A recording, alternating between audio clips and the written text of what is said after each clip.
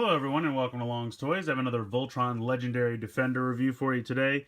This is the 5-inch figure Myzax. As you can see, this is from the Netflix show. A little plug for Netflix there on the side. It says he comes with a plasma ball missile, which I believe fires out of his hand right here. So not too much going on in the packaging here. Bottom's pretty simple. On the back here, it has kind of a little bio for the show, where it talks about Voltron protecting the galaxy, 5 heroes must power Voltron Lions, defeat the Galra Empire. And this says, Myzax, Robeast of the Galra. So, they obviously have more than one Robeast, but he's just the first figure being released. Plasma Ball Missile, and then it says, Pilot Myzax. I don't think it's like a... I don't think there's a person inside piloting him. I think this is kind of probably a standard format for all of the Lion action figures as well. But it says Pilot Myzax, primary attack Plasma Ball, primary formation solo battle, battle mode controls Plasma Ball to attack from every angle.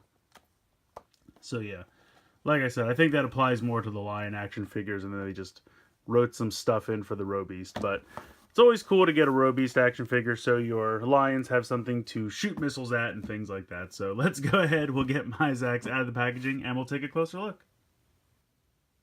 So here he is out of the packaging, and I have to say I really like the look of him. I think they did a pretty awesome job with the design. I guess I just hit the button by accident there.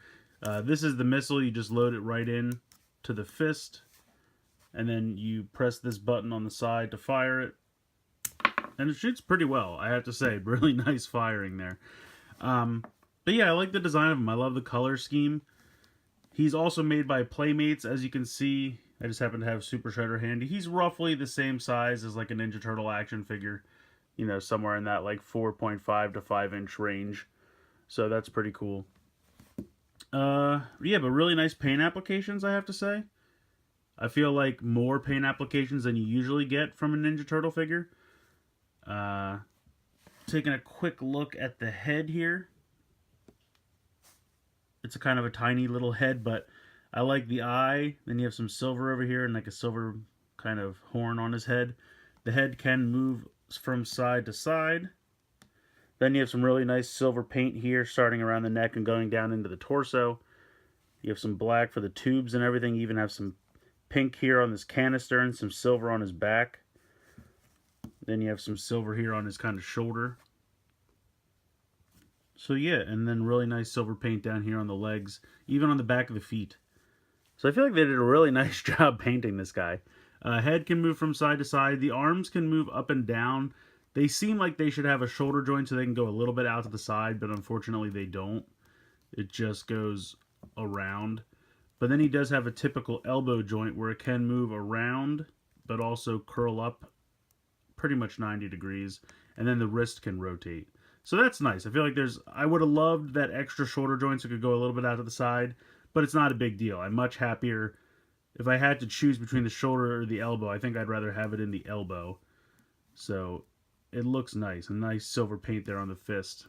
Same deal with this shoulder. It just moves around, and then you just have this bicep swivel. Because of the launcher gimmick, they really can't put any articulation in his arm, but I understand that. And he even has waist swivel, which I appreciate, was not expecting. You have a similar joint here in the hip as you do in the elbow, where it can kind of move front to back, but also spin around.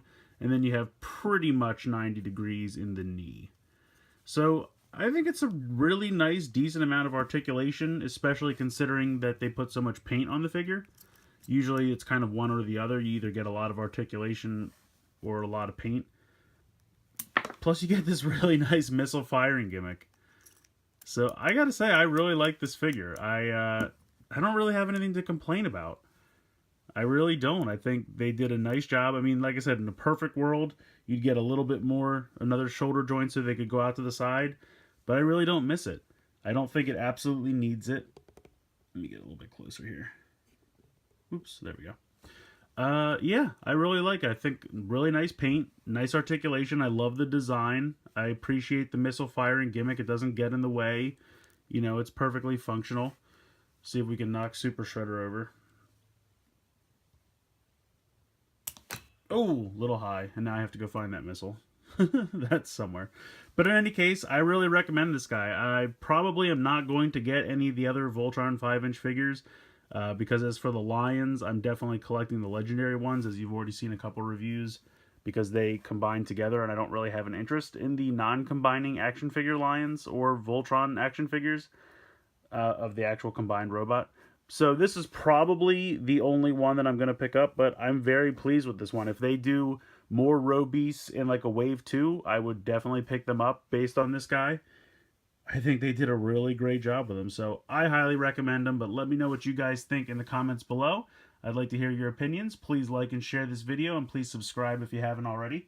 I hope you've enjoyed this look at Myzax, the Row Beast action figures from the Voltron Legendary Defender line, and thank you guys so much for watching.